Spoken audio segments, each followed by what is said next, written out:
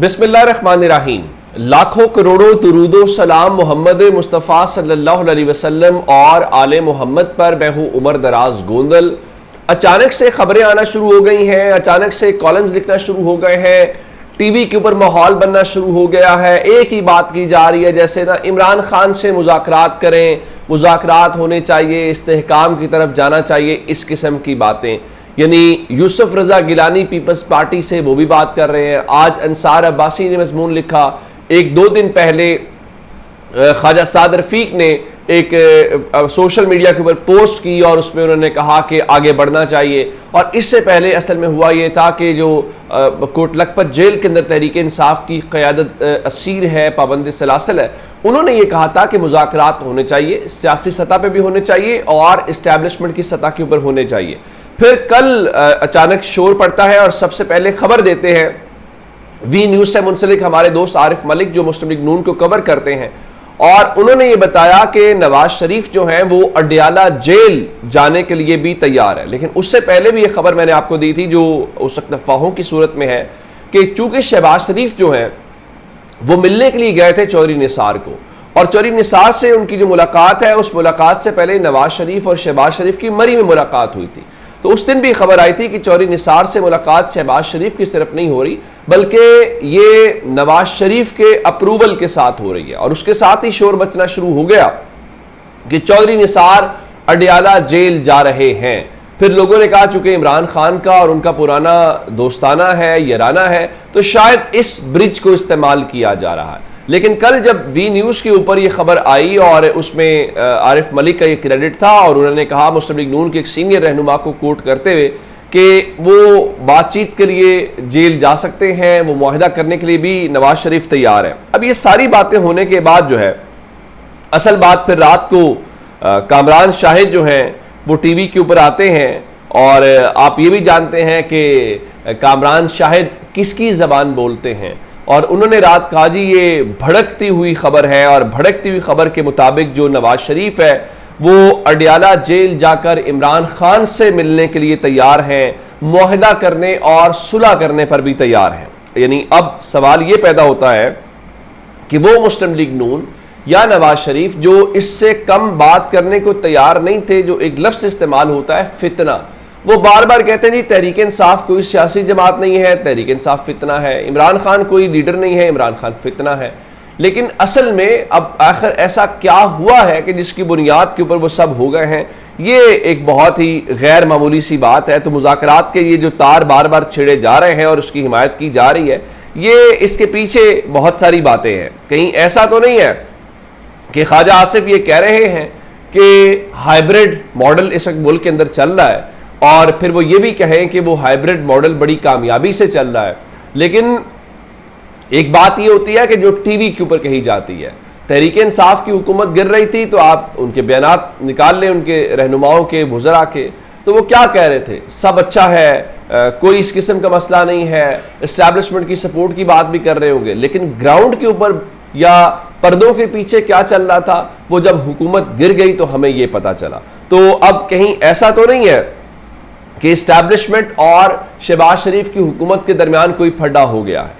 अच्छा, अब ये जो नवाज शरीफ साहब जाना चाहते हैं वहाँ पर अडियाला जेल, इस हवाले से नुसरत जावेद साहब ने इसके ऊपर एक तबसरा किया और वो कहने लगे कि जब नवाज शरीफ मुल्क वापस आ रहे थे लंदन से, और मैंने उस वक्त भी कहा था कि इन गलियों में ना आए, वजह क्या है कि आपका सपोर्ट बेस ख़त्म हो चुकी है, आपकी पॉपुलैरिटी उस तरह से नहीं है, पाकिस्तान के अंदर सियासत की जो डायनामिक्स हैं वो तब्दील हो चुकी है, बहुत कुछ तब्दील हो गया, यंग जनरेशन आ गई, यहाँ पे बहुत सारे लोग फैसला साज कुछ और थे। अब पिछले 10-12 सालों में वो बच्चे जिनकी उम्रें 8-10 साल थी अब वो वोटर हो गए हैं, अब उनके पास सोशल मीडिया है, अवेयरनेस है, चीज़ें बड़ी तब्दील हो गई। अब वो कह रहे हैं कि अगर नवाज शरीफ अडियाला जेल गए तो मैं उनके अल्फाज में कह देता हूँ जो उन्होंने लफ्ज़ इस्तेमाल किया है नुसरत जावेद साहब ने, उन्होंने कहा कि नवाज शरीफ अगर अडियाला गए तो बेइज्जत होकर वापस आएंगे। और ये तो अब कौन नहीं मानता कि इमरान खान ने दलेरी से, बहादुरी के साथ जेल काटी है। पाकिस्तान में होता ये था कि आप जेलों के अंदर सजाएं लोगों को डालते थे और आपका मकसद ये होता था कि लोग टूट जाएंगे। अब आपने मई 2023 के अंदर इमरान खान को पहली बार गिरफ्तार किया, फिर उनकी रिहाई हुई, फिर उनको अगस्त के महीने में 2023 में गिरफ्तार किया गया। अब इमरान खान को पूरे 2 साल होने वाले। अब तो मुनीफ फारूक जैसे जो एस्टैब्लिशमेंट की डाक लेके आते हैं वो भी कहते हैं कि इमरान खान ने बड़ी बहादुरी के साथ, बड़ी दलेरी के साथ गिरफ्तारी दी और बड़ी दलेरी के साथ जेल काट रहे हैं। तो वो ये सब क्यों करेंगे?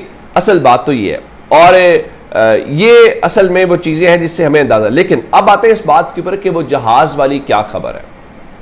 ये समझ रहे हैं कि इमरान खान का पर्पस गवर्नमेंट है। इमरान खान ने गवर्नमेंट लेनी होती तो इमरान खान 8 फरवरी वाली भी गवर्नमेंट ले सकते थे। क्या करना था? इस्टेब्लिशमेंट से लाइन सेट करनी थी, या जो उनके मुतालिबात थे वो पूरे करने थे।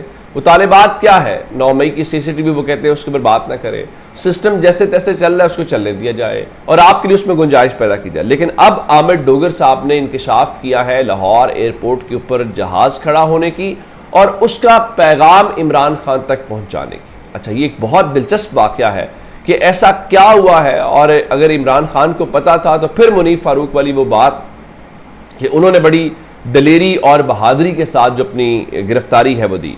हुआ ये है कि इमरान खान की गिरफ्तारी जब हुई थी इस्लामाबाद के अंदर, तो या फिर उनकी गिरफ्तारी जब हुई थी यहाँ पे लाहौर के अंदर अगस्त वाली, तो आमिर डोगर के मुताबिक इमरान खान की गिरफ्तारी से पहले करीबी दोस्त भेजे गए, और वो जो करीबी दोस्त थे उनको क्यों भेजा गया? उनको 2 पैगाम दिए गए। एक पैगाम इमरान खान की गिरफ्तारी का था कि ये होना है, दूसरा पैगाम ये था कि इससे बचने का एक रास्ता ये है कि आप कुछ और कर ले या क्या करें। और कहा इमरान खान को कहा गया कि आपको सुबह गिरफ्तार कर लिया जाएगा।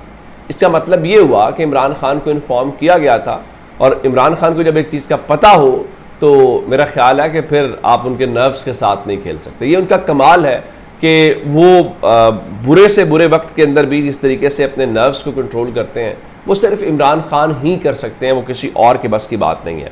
अच्छा, फिर उनको ये कहा गया कि लाहौर एयरपोर्ट के ऊपर जहाज़ तैयार खड़ा है, दुनिया में आप जहां जाना चाहते हैं आप चले जाएं। यानी ये क्या है कि आपको गिरफ्तारी से डराया जा रहा है। दूसरा, साथ ही आपको एक ऑफर दी जा रही है, एक पेशकश की जा रही है कि आप जो है वो चले जाएं। तो उसके ऊपर आमिर डोगर ने बताया कि इमरान खान ने इनकार किया, और जब इनकार किया तो फिर क्या होना था? फिर ये होना था कि उनको गिरफ्तार कर लिया गया और वो गिरफ्तार हो गए। लेकिन उससे क्या हुआ कि इमरान खान कमज़ोर हुए या इमरान खान का नुकसान हुआ? नहीं, इमरान खान का नुकसान नहीं हुआ, और इमरान खान को फ़ायदा ये हुआ कि पाकिस्तान के लोग उनके साथ खड़े हुए। फिर 8 फरवरी उनके बदतरीन मुखालिफ भी जानते हैं कि जितना वोट इमरान खान को पड़ा, जिस मकबूलियत का इजहार लोगों ने किया, वो तारीख में कम मौक़ों के ऊपर पाकिस्तान के अंदर देखने को मिला है। अब भी इमरान खान उसी तरह से खड़े हैं, और सूरत हाल ये है कि आज 2 साल के बाद जो DG ISPR का ऑफिशियल ट्विटर अकाउंट है उससे आज ट्वीट आया है, और कल ट्वीट जो है बॉर्डर के ऊपर एक पाकिस्तान के अंदर जो नॉर्थ वज़ीरिस्तान में मुदाखलत की कोशिश की गई, वहाँ पे जो मारा गया दहशतगर्दों को, उसको लेके 28 मई 2023 के बाद, यानी 2 साल के बाद आज पहली बार ISPR का ट्वीट आया। अब क्या चीज़ें नॉर्मल हो गई? आज अलीमा खान एक सख्त ट्वीट किया और उन्होंने कहा कि इमरान खान आइसोलेशन के अंदर है, कैद तन्हाई में है, और फिर उन्होंने इस बार एक थोड़ी अलग बात की है। उन्होंने कहा कि इमरान खान जो है वो इस वक्त उनमें जो कैद तन्हाई में है उसकी वजह कर्नल नहीं है, उसकी वजह मरियम नवाज शरीफ है। और अगर जब ये बात हो और फिर नवाज शरीफ कहें वो डाला जाना चाहते हैं तो क्या उसमें सोच सकता है? मेरा ख्याल है नतीजा अखज़ करना कोई ज़रा ज़्यादा मुश्किल नहीं है। अपना बहुत सारा ख्याल रखिएगा। खुदा हाफिज़।